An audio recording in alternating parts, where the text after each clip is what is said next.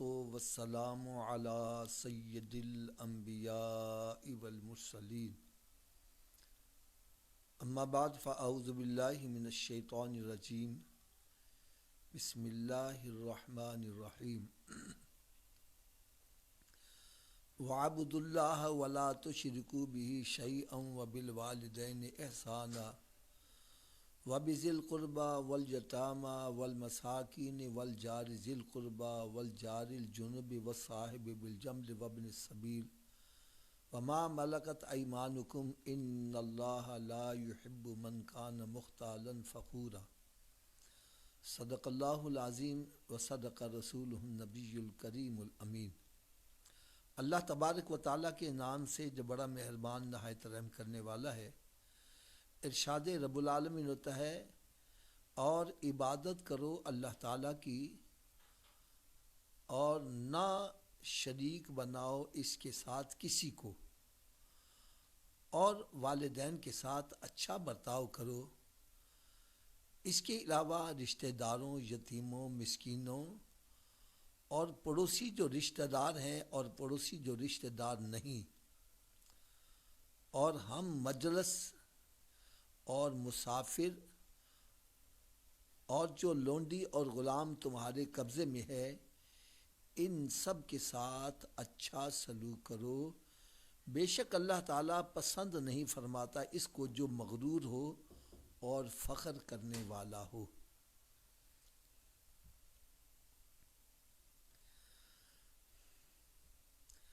پیارے اسلامی بھائیوں، مجھے علامہ اقبال رحمۃ اللہ تعالی علیہ کا ایک شعر یاد آتا ہے۔ وہ لکھتا ہے کہ زبان سے کہہ جو دیا لا الہ الا اللہ تو کیا حاصل، دل و نگاہ نہیں مسلمان تو کچھ بھی نہیں ہے۔ زبان سے جو کلمہ شریف پڑھتا ہے اور عمل سے اس کی تصدیق نہیں کرتا، خالی زبان سے پڑھ رہا ہے، بلکہ ہونا کیا چاہیے، ہر لحظہ ہے مومن کی نئی شان نئی آن، کردار میں گفتار میں اللہ کی برہان۔ مومن بیٹھا ہو تو پتہ چلے کہ سرکار کا غلام بیٹھا ہوا ہے، مومن کے ساتھ گفتگو کرو تو پتہ چلے کہ ہم سرکار صلی اللہ علیہ وسلم کے غلام سے گفتگو کر رہے ہیں، مومن کے ساتھ لین دین کریں تو پتہ چلے کہ سرکار صلی اللہ علیہ وسلم کے غلام کے ساتھ ہم لین دین کر رہے ہیں۔ مومن وہ ہے کہ جس کے بارے میں حدیث مبارکہ میں آتا ہے، مومن وہ ہے جس کو دیکھ کر خدا یاد آ جائے، اس کا محبوب صلی اللہ علیہ وسلم یاد آ جائے۔ تو تھوڑی دیر میں آپ سب سے عرض کروں گا، ہم اپنے اپنے گریبانوں میں جھانک کر دیکھیں آج ہمارا کردار کیسا ہے۔ آج ہمیں دیکھ کر کیا خدا یاد آتا ہے؟ میرا صرف اتنا سوال ہے، ہم اس کا جواب اپنے اندر سے ہی حاصل کریں۔ دوسری بات یاد رکھو کہ حضرت سیدنا عمر فاروق رضی اللہ تعالی عنہ، آپ کی بارگاہ میں ایک بندہ بیٹھا ہوا تھا اور اس نے کسی بندے کی تعریف کی کہ وہ بندہ بہت نائس ہے، بہت اچھا آدمی ہے۔ آپ نے ارشاد فرمایا تم نے اس کو اچھا کیسے کہہ دیا؟ کہنے لگے جی وہ ہے ہی اچھا۔ تو آپ نے بڑا پیارا ایک جملہ آگے سے ارشاد فرمایا کیا تو اس کے کبھی پڑوس میں رہا ہے؟ کہنے لگا جی نہیں۔ فرمایا کیا تو نے کبھی اس کے ساتھ سفر کیا ہے؟ کہنے لگا جی نہیں۔ فرمایا کبھی تم نے اس کو قرض دیا ہے؟ کہنے لگا جی نہیں۔ فرمایا تم نے اس کو پھر اچھا کیسے کہہ دیا؟ ہمارے ہاں ایک پنجابی میں مثل مشہور ہے، ہم کہتے ہیں راہ پہ آ جانے یا واہ پہ آ جانے۔ بندے کا پتہ جب چلتا ہے جب اس کے ساتھ کوئی آپ کاروبار کرتے ہیں، اس کے پڑوس میں رہتے ہیں، اس کے ساتھ سفر کرتے ہیں، پھر پتہ چلتا ہے بندہ کیسا ہے۔ ہمارے پنجابی میں ایک مشہور قول ہے کہ دور دے ٹول سمانے، ڈھول بج رہا ہو نا دور سے بڑا اچھا لگتا ہے، اور جب ہم قریب جاتے ہیں تو وہ ڈگ ڈگ لگتا ہے، کانوں کو نقصان پہنچاتا ہے، بندہ بیزار ہو جاتا ہے۔ فرمایا کہ اسی طرح کچھ ایسے بندے ہیں دور سے بندہ دیکھتا بڑے نائس لگتے ہیں، چہرے سے بڑے متقی پرہیزگار، چہرے پہ نور اتر رہا ہے، ایسے جناب خصوصیاں جل رہی ہیں، لیکن جب ان کے ساتھ کوئی لین دین کرتے ہیں تو ہم کہتے ہیں اس جیسا خبیث بندہ ہی کوئی نہیں ہے، اس جیسا فراڈیا بندہ ہی کوئی نہیں ہے۔ تو یہ ظاہر کچھ ہوتا ہے، باطن کچھ ہوتا ہے، اسلام اس کو پسند نہیں کرتا۔ پیارے آقا حضرت محمد مصطفیٰ صلی اللہ تعالی علیہ وسلم کی حیات طیبہ ہمارے لیے بہترین نمونہ ہے۔ میرے آقا صلی اللہ علیہ وسلم ظاہر والوں کے لیے بھی اچھے ہیں اور باطن والوں کے سے بھی اچھے ہیں۔ نبی پاک صلی اللہ علیہ وسلم کا باہر والوں کے ساتھ بھی اخلاق بڑا اچھا ہے اور گھر والوں کے ساتھ ان کا اخلاق بھی بڑا اچھا ہے۔ آج باہر ہم لوگوں کے ساتھ بڑا اچھا سلوک کرتے ہیں، بڑے ہنس کے ملتے ہیں، چہرے پہ مسکراہٹ ہے اور بڑی گرم جوشی سے استقبال کرتے ہیں، سینے سے لگا رہے ہیں، بڑا مسکرا کے جواب دیتے ہیں، اور گھر والوں کے لیے ایک قہر بن جاتے ہیں۔ گھر میں داخل ہو تو بچے سہمے ہوئے ہیں، بیوی ڈر رہی ہے، اور جناب اپنا پڑوسی جو ہیں وہ پریشان ہو جاتے ہیں کہ پتہ نہیں گھر میں کون سا وہ کوئی فلم ایکٹر آ گیا ہے۔ یہ مسئلہ ہمارے بنے ہوتے ہیں، باہر کے لیے ہم کچھ اور ہوتے ہیں، اندر کے لیے کچھ ہوتے ہیں۔ آؤ میں آپ کو آج ایک بڑی ایمان افروز بات سناتا ہوں۔ ایک بندہ باہر بڑا رسپیکٹیبل ہے، باہر وہ بہت بڑا افسر ہے، باہر کے لوگ اس کے لیے ادب سے کھڑے ہو جاتے ہیں، اس کا استقبال کر رہے ہیں، باہر وہ ایم پی اے ہے، ایم این اے ہے، باہر والوں کے لیے وہ منسٹر ہے، لیکن گھر کی جو بیوی ہے کیا اس کو منسٹر مانتی ہے؟ کیا اس کا ادب و احترام کرتی ہے؟ وجہ کیا ہے؟ وجہ یہ ہے کہ باہر والے اس کو دور سے دیکھ رہے ہیں، اور بیوی کو شوہر کا قرب حاصل ہوتا ہے، وہ قریب سے دیکھتی ہے، اس کو پتہ ہے یہ فراڈیا ہے، اس کو پتہ ہے اس کے سارے وعدے جھوٹے ہوتے ہیں، یہ جھوٹ بولتا ہے، لہٰذا باہر والے کسی کو سلوٹ مار رہے ہیں، لیکن اس کی بیوی اس کے نزدیک اس کی کوئی ویلیو نہیں ہے، اس کا ذرا سا ادب و احترام نہیں ہے، گھر میں اس کی ٹکے کی ویلیو نہیں ہوتی۔ اس کی وجہ کیا ہے؟ بیوی کو شوہر کا قرب حاصل ہے۔ قرآن کہتا ہے ہن لباس لکم وانتم لباس لہن، کہ لباس جسم کے ساتھ ہوتا ہے، اس طرح میاں بیوی جب ساتھ ہوتے ہیں تو بیوی کو شوہر کا وہ سارے اندر کے احوال کا پتہ ہوتا ہے، یہ کیسا ڈیلنگ کرتا ہے، یہ کیسے فراڈ کرتا ہے، کیسے جھوٹے وعدے کرتا ہے، لہٰذا باہر والے اس کو منسٹر بھی مان رہے ہیں، گھر میں اس کی ٹکے کی ویلیو نہیں ہوتی، وہ اس کو منسٹر نہیں مانتی۔ لیکن کروڑوں درود، کروڑوں سلام اس پیارے آقا صلی اللہ علیہ وسلم پر۔ میں کہتا ہوں یقین جانو بات کرنا بڑا آسان ہے، عملی جامہ پہنانا بڑا ہی مشکل ہے۔ نبی پاک صلی اللہ علیہ وسلم نے جب اعلان نبوت فرمایا تو سب سے پہلی جو ایمان لانے والی عورت ہے وہ آپ کی بیوی حضرت خدیجہ الکبریٰ ہے۔ یہ زبان سے بات کرنا بڑا آسان ہے، لیکن عملی جامہ پہنانا بڑا مشکل ہے۔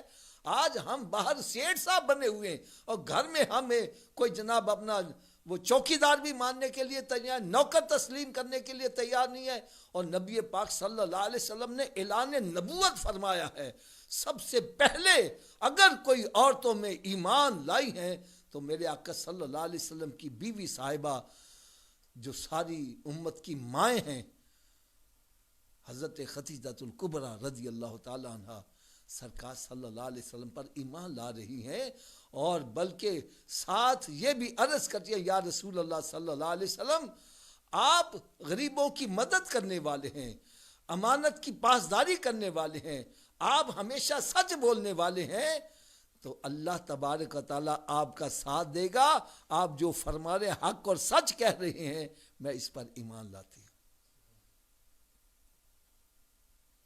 اور پھر اگلی بات آپ سنیں گے تو آپ کو اور بڑا مزہ آئے گا۔ واللہ عالم یہ میری بات آپ کو پسند آئے یا نہ آئے، لیکن میں حقیقت پر مبنی بات کرنے لگا ہوں۔ ایک بندہ منسٹر بن جاتا ہے، وزیر اعظم بن جاتا ہے، وہ بڑا افسر بن جاتا ہے، وہ اگر کسی کے ساتھ اپنے دوست احباب کے ساتھ اور اپنے باڈی گارڈوں کے ساتھ جا رہا ہو نا، تو اس کے دل میں ایک خواہش ہوتی ہے کوئی جانی دشمن چاہے ساتھ آگے آ جائے لیکن میرا لنگوٹیا یار نہ آئے۔ کیوں؟ ہم صدر بنے ہوئے ہیں اور لنگوٹیا یار نے اوے باجیا آ گیا تو، اوے وہی ہے نا جو میرے ساتھ پل گولیاں کھیلتا تھا، اور تو وہی ہے نا جو میرے ساتھ اپنا اس طرح غلط حرکتیں کرتا تھا۔ اس نے ساری اس کی عزت اتار کے تو جناب نیچے رکھ کے رکھ دینی۔ وہ لنگوٹیا یار اس کو صدر ماننے کے لیے تیار نہیں، وہ اس کی حقیقت کو جانتا ہے، اس کے بچپنے کو جانتا ہے، بچپنے میں وہ کیا کیا کام کرتا تھا، کس طرح غلط حرکتیں کرتا تھا۔ وہ کہتا تو آج ہمیں صدر بن گیا، صدر رہے اور نہ دے واسطے، میرے واسطے تو وہی پھٹ جائیے گا، میرے واسطے تو وہی ہے۔ ہائے ہائے ہائے ہائے، لیکن کروڑوں درود، کروڑوں سلام اس پیارے آقا صلی اللہ علیہ وسلم پر۔ میرے آقا صلی اللہ علیہ وسلم کا بچپنا میں اتنا پکیزہ کہ میرے آقا صلی اللہ علیہ وسلم کے جو بچپنے کے ساتھی ہیں جن کو کہتے ہیں لنگوٹیا یار، حضرت سیدنا صدیق اکبر رضی اللہ تعالیٰ عنہ، جب میرے آقا صلی اللہ علیہ وسلم نے اعلان نبوت فرمایا تو مردوں میں سب سے پہلے جو مسلمان ہو رہے ہیں وہ سرکار کے لنگوٹیے یار ہیں۔ میرے آقا صلی اللہ علیہ وسلم کا بچپنا کتنا پاکیزہ ہوگا، سرکار صلی اللہ علیہ وسلم کی حیات طیبہ کا ابتدائی دور جو ہے وہ کتنا پاکیزہ ہوگا کہ آپ کے ساتھ جو بچپنے میں وقت گزارنے والا وہ آپ کو اللہ کا نبی مان رہا۔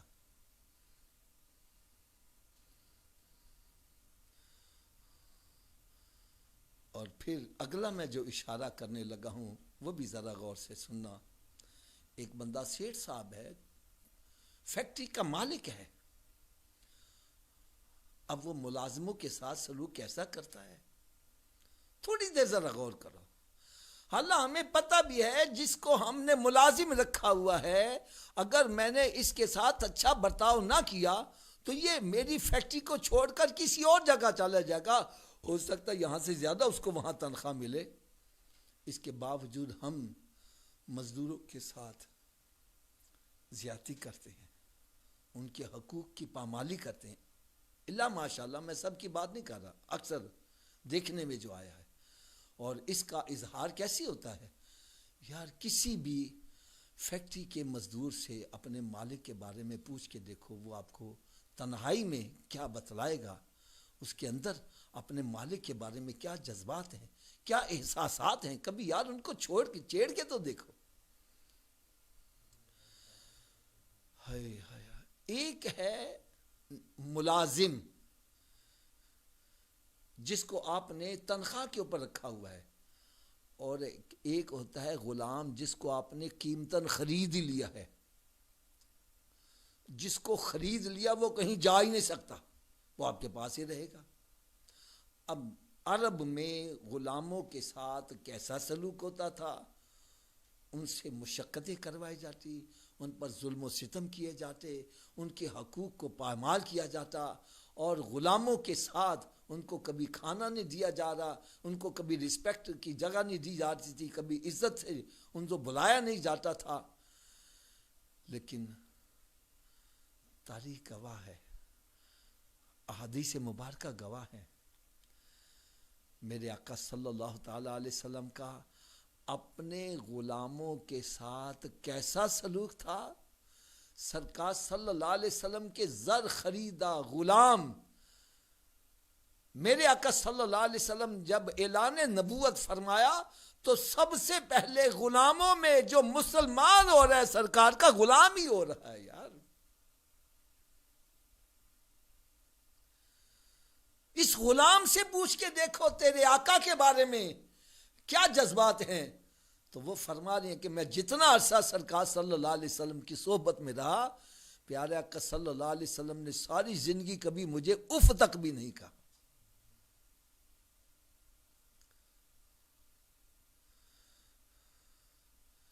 نبی پاک صلی اللہ تعالی علیہ وسلم کا ظاہر کتنا پاکیزہ ہے، باطن کتنا پاکیزہ ہے. میرے آقا صلی اللہ علیہ وسلم گھر والوں کے لیے کتنے حسن اخلاق والے ہیں، غلاموں کے لیے. اور آج ہم اپنے گریبانوں میں جھانک کر دیکھیں ہمارا حال کیا ہے. یہ وہ افراد ہیں جن کو سرکار صلی اللہ علیہ وسلم کا قرب حاصل ہوا ہے، اور سرکار صلی اللہ علیہ وسلم کی قربت میں رہ کر ان کے اوپر ایسا رنگ چڑھا ہے.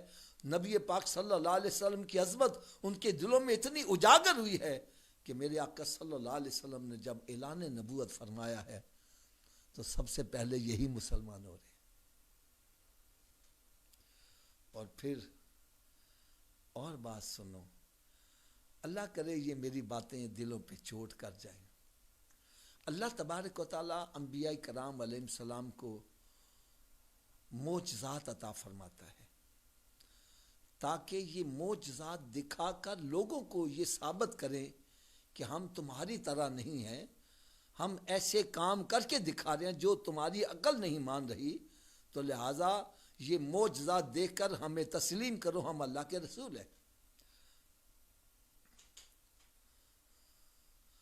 حضرت عیسیٰ علیہ السلام کو معجزات عطا کیے، موسیٰ علیہ السلام کو معجزات عطا کیے. کسی کو ایک معجزہ دیا گیا، کسی کو 2، کسی کو 3، کسی کو 4. لیکن قربان جائیں پیارے آقا صلی اللہ علیہ وسلم پر، اللہ تعالیٰ نے ان کو سراپا ہی معجزہ بنا کے بھیجا. سر کے بالوں سے لے کر پاؤں کے تلووں تک میرے آقا سراپا معجزہ بنا کے بھیجیں گے. سرکار صلی اللہ علیہ وسلم کے جسم کا ہر عضو جو ہے وہ معجزہ ہے. حسن یوسف دم عیسیٰ ید بیضا داری، آنچ خوبہ ہما دارت تو تنہا داری. جتنے بھی انبیاء کرام علیہ السلام کو معجزات دیے گئے، کمالات دیے گئے، وہ سارے کمالات ایک پلیٹ میں رکھے جائیں. وہ سارے کے سارے کمالات اور اس سے زیادہ کمالات اگر کسی کے ہستی میں موجود ہے تو اس کا نام محمد مصطفیٰ صلی اللہ علیہ وسلم. لیکن آپ حضرات اس بات سے حیران ہوں گے کہ میرے آقا صلی اللہ علیہ وسلم سراپا معجزہ من کر آئے، لیکن میرے آقا صلی اللہ علیہ وسلم نے اپنے نبوت کی دلیل میں معجزات نہیں دکھائے، بلکہ وہاں کا ایک دستور ہوتا تھا. جیسے ہمارے ہاں اگر کوئی ہم نے پیغام لوگوں تک پہنچانا ہو تو مسجد کے سپیکر میں اعلان کروا دیتے ہیں، یا ٹی وی پر یا ریڈیو کے اوپر ہم اعلان کروا دیتے ہیں تاکہ لوگوں کو پتہ چل جائے. وہاں پر جو دستور تھا وہ یہ تھا کہ پہاڑ کے اوپر کھڑے ہو کے تو شہر والوں کو آواز دی جاتی تھی تو وہ سارے اکٹھے ہو جاتے. آج کوئی اہم بات ہے جو ہم تک کنوے کی جائے گی تو نبی پاک صلی اللہ علیہ وسلم صفا پر، کوہ صفا، یہ وہ پہاڑی ہے جو مکہ معظمہ میں بڑی مشہور پہاڑی ہے جس کا ذکر قرآن میں بھی آیا ہے. ان الصفا والمروہ من شعائر اللہ. صفا اور مروہ یہ اللہ کی نشانیوں میں سے نشانی ہے.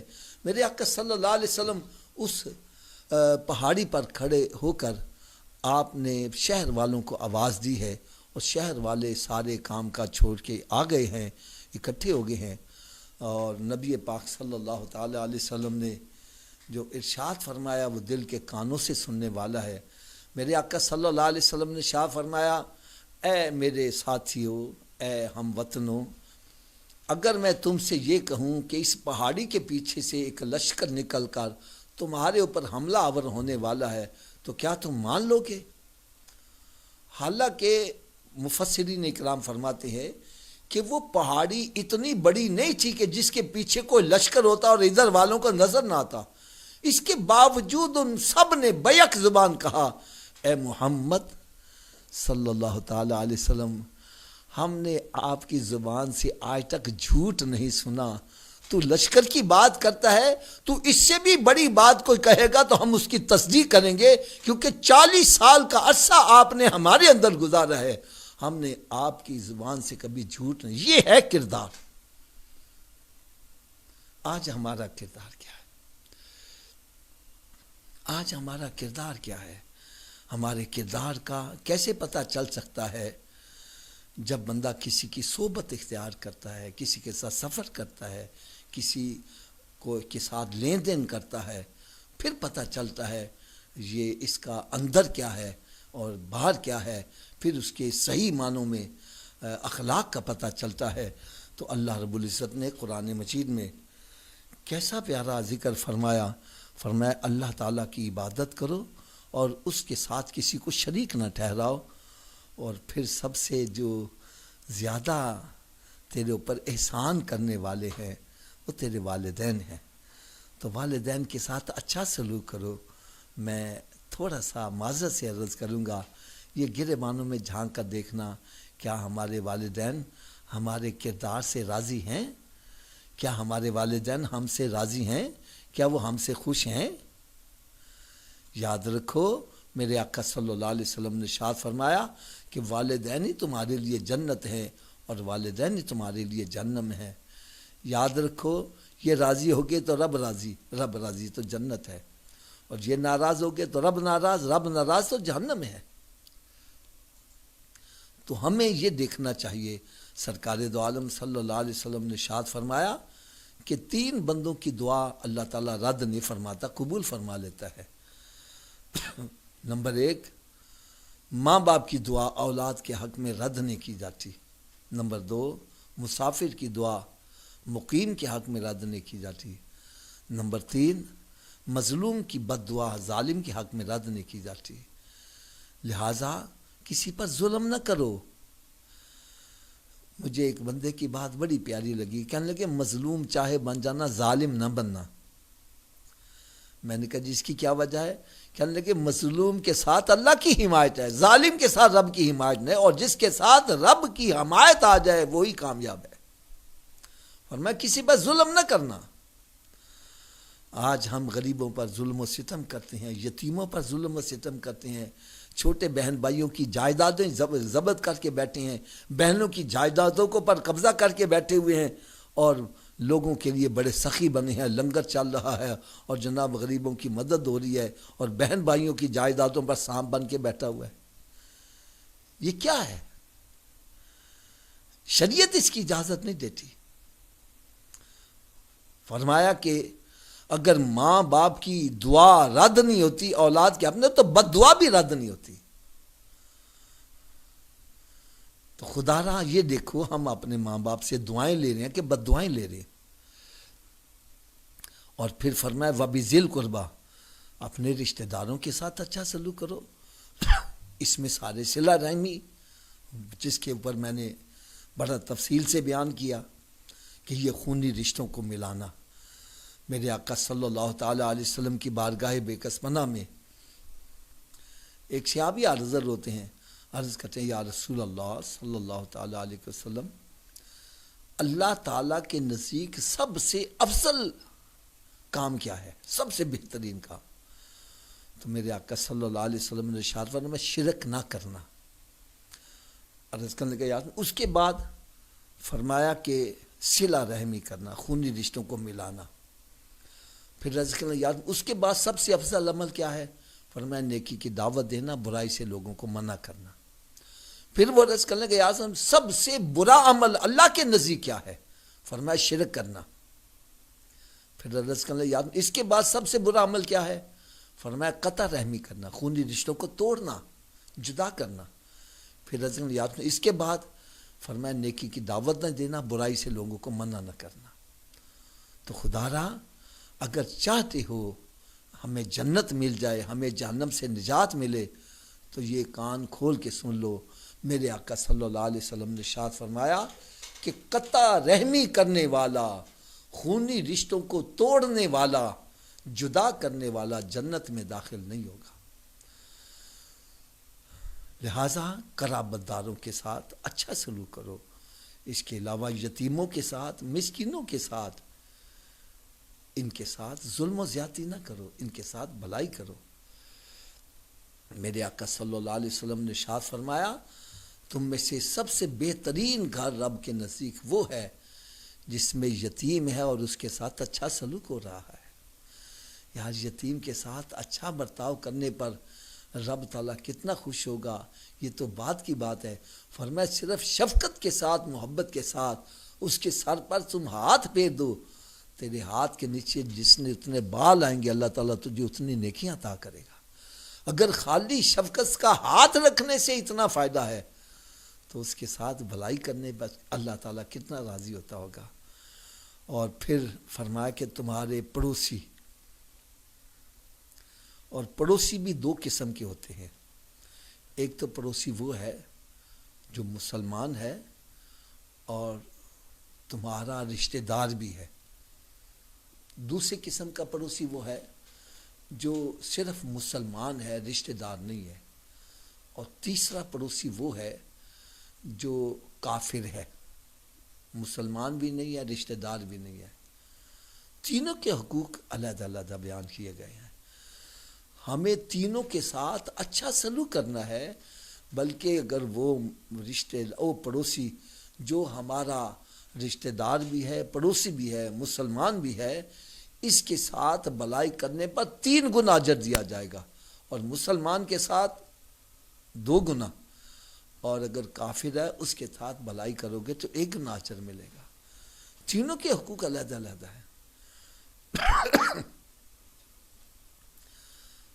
سرکار دو عالم نور مجسم صلی اللہ تعالی علیہ وسلم نے ارشاد فرمایا کہ جبریل امین علیہ السلام پڑوسیوں کے حقوق لے کر آتے گئے، اتنے حقوق ان کے بتلائے کہ مجھے گمان ہونے لگا کہ اب کی مرتبہ اگر جبریل امین علیہ السلام آئیں گے تو پڑوسیوں کو جائیداد میں سے بھی حصے دار بنا دیں گے۔ یاد رکھو، جب کوئی انسان کے اوپر مصیبت آتی ہے، رشتہ دار بعد میں پہنچتے ہیں، پڑوسی پہلے پہنچتے ہیں۔ پڑوسیوں کے ساتھ اچھا سلوک کرو۔ آؤ میں آپ کو آج اس سلسلے میں ایک بڑا ایمان افروز واقعہ سنانے لگا ہوں، بہت ہی ایمان افروز واقعہ سنانے لگا ہوں۔ اللہ کرے یہ واقعہ ہمارے دلوں میں اتر جائے اور ہم اپنے پڑوسیوں کے ساتھ اچھا سلوک کرنے والے بن جائیں۔ ایک بزرگ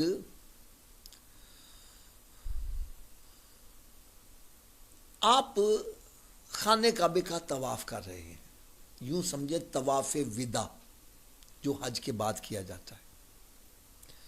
تو طواف وداع میں رش کافی ہوتا ہے، تو طواف کرتے ہوئے ان کو تھکاوٹ محسوس ہوئی، انہوں نے سوچا کہ میں تھوڑی دیر ذرا ریسٹ کر لوں، پھر اٹھ کے تو اپنا بقایا کام کروں گا۔ جب وہ ذرا ٹیک لگا کے بیٹھے نا تو ان کو اونگ آ گئی۔ جب آنکھ لگی تو خواب کے اندر کیا دیکھا، 2 فرشتے ہیں آپس میں گفتگو کر رہے ہیں۔ ایک نے دوسرے سے پوچھا کہ بھئی تمہیں پتہ ہے اس سال کتنے لوگوں نے حج کیا؟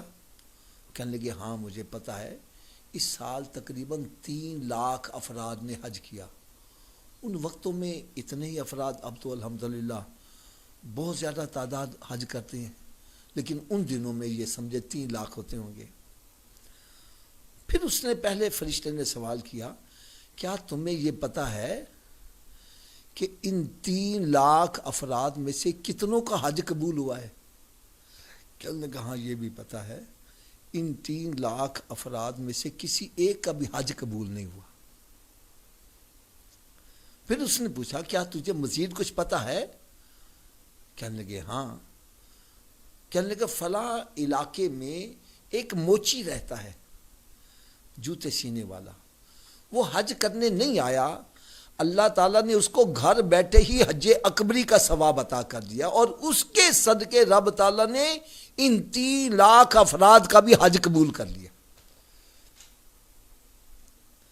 کہنے لگے میری ایک دم آنکھ کھل گئی، تو مجھے بڑا رشک آیا کہ وہ بندہ پتہ نہیں کیسا ہے، کون سی نیکی کرتا ہے کہ جو اپنے مال اسباب خرچ کر کے آئے ہیں، گھر بار چھوڑ کے آئے ہیں، اور جنہوں نے جنگلوں میں آ کے ڈیرے ڈالے اور اتنی مشقتیں اٹھائی، کیونکہ حج ایک بہت بڑی مشقت کا نام ہے۔ ہمارے ہاں ایک لفظ بولا جاتا ہے، کوئی بہت کام مشکل ہو، اس کے اندر یار کوئی حج ہے، یعنی کیا مطلب ہے؟ کیا حج جتنا مشکل ہے؟ حج کرنا بہت ہی مشکل کام ہے، بہت ہی مشکل کام ہے۔ حج کے دوران کئی ایسے موقع آتے ہیں کہ حاجی موت کو اپنی آنکھوں کے سامنے دیکھتا ہے۔ یہ اس طرح کا ایک عمل ہے، نیکی ہے، لیکن یہ اللہ تعالیٰ کی شان ہے۔ جب ایک بندے کو کوئی مشکل کام دے دیا جائے، وہ کہتا ہے یار میں نے کام تے کر لیا، اب میرے باپ کی بھی توبہ، آئندہ میں ایسا کام نہیں کروں گا۔ لیکن حج میں ایک ایسا نور ہے، بندہ اتنا مشکل کام کر کے پھر بھی کہتا ہے یا اللہ دوبارہ پھر بلائی، یا اللہ پھر دوبارہ یہ سعادت عطا کریں۔ یہ اللہ تعالیٰ کا خصوصی کرم ہے۔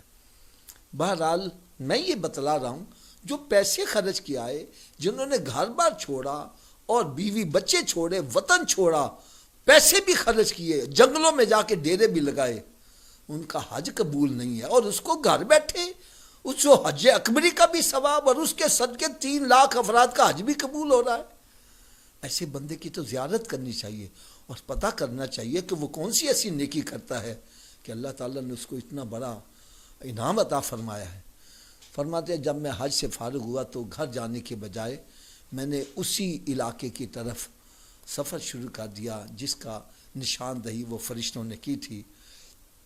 تلاش کرتے ہوئے مجھے وہ موچی مل گیا، میں نے اس کو جا کر سلام دعا کی، اور اس کے بعد پھر اس کو میں نے بتلایا کہ میں نے اس طرح خواب دیکھی ہے، میں تجھے اللہ تعالیٰ اور اس کے صالح رسولوں کا واسطہ دیتا ہوں، مجھے یہ بتلا کہ تو کام کیا کرتا ہے، تیرا عمل کیا ہے جس کے صدقے اللہ تعالیٰ نے تجھے اتنا بڑا نوازا ہے، اتنا بڑا انعام سے نوازا ہے۔ تو اس موچی نے جو بتلایا وہ سارے ذرا دل کے کانوں سے سنو۔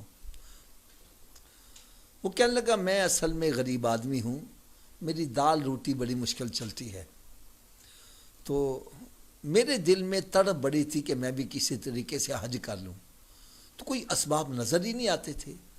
تو کہنے لگے میں نے ایک دن اپنی بیوی سے مشورہ کیا کہ ہم سالن اور روٹی پکاتے ہیں کھانے کے لیے، تو اگر تو میرا ساتھ دے کہ آج کے بعد ہم سالن نہ پکائیں، خالی روٹی پانی میں بھگو کر کھا لیا کریں اور سالن کے پیسے جمع کرنا شروع کر دیں، تو پھر ہو سکتا ہے کہ میں کوئی 2-3 سال 4 سال کے بعد اتنے پیسے اکٹھے ہو جائیں کہ میں حج کے لیے چلا جاؤں۔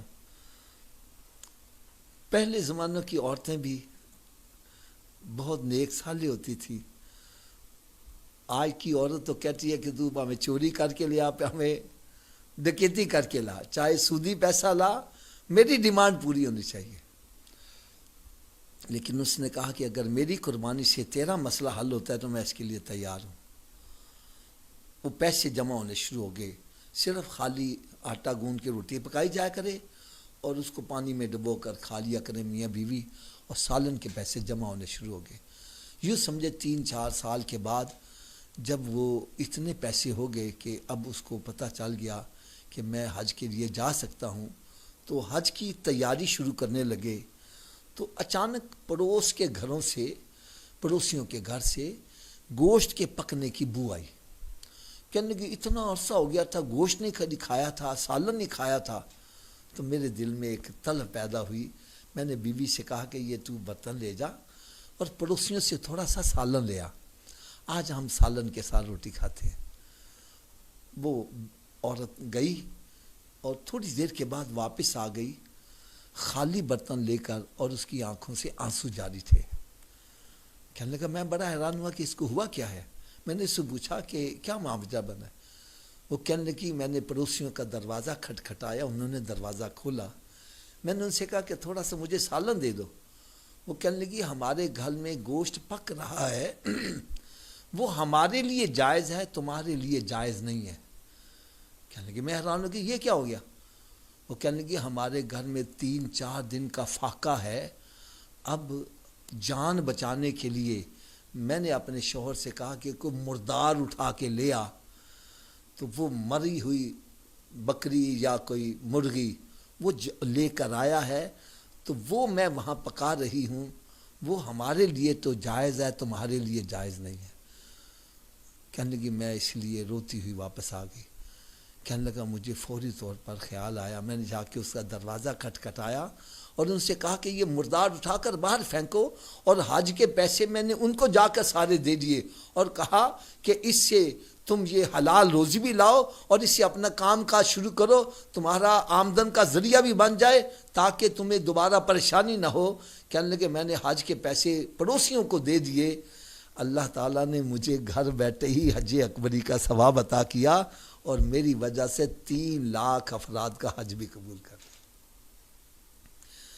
تھوڑی دیر ذرا سوچو، کیا ہم نے کبھی اپنے پڑوسیوں کو دیکھا ہے ان کے گھر میں کھانا بھی پکا کہ نہیں پکا؟ میرے آقا صلی اللہ علیہ وسلم نے ارشاد فرمایا اگر ایک بندہ ساری رات نفلی عبادت کرتا ہے اور اس کا پڑوسی بھوکا سو جائے تو اس کی عبادت قبول نہیں ہے۔ یار یہاں تو پڑوسی کی بات ہو رہی ہے، آج سکا باپ ہے بیچارہ بھوکا مر رہا ہے، دوائی کے لیے ترس رہا ہے، سکا بھائی دوائی کے لیے ترس رہا ہے، بہن دوائی کے لیے ترس رہی ہے، اور ہم خراٹے لے کے سو رہے ہیں۔ ہم ان کی ضرورت کو پوری کرنے کے بجائے کتوں کے اوپر پیسے خرچ کر رہے ہیں، جانوروں کے اوپر پیسے خرچ کر رہے ہیں اور انسان کے اوپر نہیں خرچ کر رہے ہیں۔ یقین جانو مجھے یہ باتیں کرتے ہوئے بڑا دکھ ہوتا ہے۔ جب بندہ باپ فوت ہو جاتا ہے تو پھر کہتے ہیں جناب 100 دیگ پکا دو، ہے، اور پھر کہتے ہیں 12 کھانے پورے کرنے ہیں، میرے ابے کو کھانے بڑے پسند تھے، یہ بھی کھانا وہ بھی کھانا۔ اور جب باپ زندہ تھا تو اس کو پانی نہیں پوچھتا تھا اور آج کھانے پکا رہا ہے۔ یار یہ کیا ہے؟ یاد رکھو جو باپ زندہ ہے، جو اس کی تم خدمت کرو گے اس سے جو تمہیں فائدہ ملے گا، بعد میں چاہے جتنا مرضی کچھ کر لو وہ مقام تجھے نہیں مل سکتا۔ تو پڑوسیوں کے ساتھ قرآن مجید میں رب تعالیٰ نے ارشاد فرمایا جو تیرے پڑوسی ہیں ان کے ساتھ حسن سلوک کرو، اور پھر جو مسافر ہیں ان کے ساتھ بھی اچھا سلوک کرو۔ آج مسافروں کے ساتھ میں نے وہ حدیث پاک بھی بتایا نا، مسافر کی دعا یہ رد نہیں ہوتی، قبول کی جاتی ہے۔ آپ نے دیکھا ہوگا کہ راستے کے اندر نا پانی کے کولر لگا دیتے ہیں، مخیر حضرات پانی کے کولر لگا دیتے ہیں، ٹھنڈا پانی پیے، تو کیا وہ پانی پینے والے پیسے دیتے ہیں وہاں؟ تو یہ کیوں لگا رہے ہیں؟ آخر کولر بھی قیمتی ہے، دوسرا پھر وہ چلتا ہے تو بجلی کا بل بھی آتا ہے، تو یہ پھر کیوں لگاتے ہیں؟ اس لیے لگاتے ہیں کیونکہ مسافر پیاسا پانی پیے گا، اس کے دل سے دعا نکلی تو دعا رد نہیں ہوگی، ہماری دنیا آخرت سنورتی چلی جائے گی۔ یہ اصل میں مقصد ہوتا ہے۔ تو میں اگر ناراض نہ ہوں تو ایک کڑی ہوئی بات کہوں، ہم مسافروں سے دعائیں لیتے ہیں کہ بد دعائیں لیتے ہیں۔ آج کوئی مسافر راستہ پوچھے ہم اس کا راستہ غلط بتلا کے بعد میں ٹھٹھا مچاتے ہیں، مسافروں کے مال لوٹ لیتے ہیں، ان کی جیبیں کاٹ دیتے ہیں۔ یار اگر مسافر کی دعا رد نہیں ہے تو بد دعا بھی رد نہیں ہے۔ خدا را مسافروں کے ساتھ اچھا سلوک کرو، اور پھر جو تیرے زیر اثر ہیں، تمہاری بیویاں ہیں، لونڈی ہیں، غلام ہیں، ان کے ساتھ اچھا سلوک کرو۔ اللہ تعالیٰ نے اگر تجھے دولت سے نوازا ہے تو تکبر نہ کر، بلکہ عاجزی اور انکساری کا پیکر بن۔ یہ سمجھ کہ اگر اس کی جگہ میں ہوں اور کوئی میرے ساتھ ایسا سلوک کرے جو میں ان کے ساتھ کرتا ہوں تو میرے دل پر کیا بیتے گی۔ آخر یار وہ بھی تو آدم علیہ السلام کی اولاد میں سے ہی ہے نا۔ اگر وہ غلام ہے تو کیا تو غلام نہیں بن سکتا؟ کیا وہ غریب ہے تو کیا تو غریب نہیں بن سکتا؟ میں تو یہی کہوں گا جو میں نے پچھلے درسوں میں بھی کہا کہ ہم صرف اس حدیث پر عمل کر لیں کہ میرے آقا صلی اللہ علیہ وسلم نے ارشاد فرمایا تم میں سے کوئی بندہ اتنی دیر تک کامل مومن نہیں ہو سکتا جتنی دیر اپنے بھائی کے لیے وہ چیز پسند نہ کرے جو اپنے لیے پسند کرتا ہے. اگر تو یہ پسند نہیں کرتا تیرے ساتھ کوئی زیادتی کرے تو پھر تو بھی کسی کے ساتھ زیادتی نہ کر. اللہ تعالی ہم سب کو سمجھنے کی اور عمل کرنے کی توفیق عطا فرمائے. وما علیہ الا البلاغ المبین.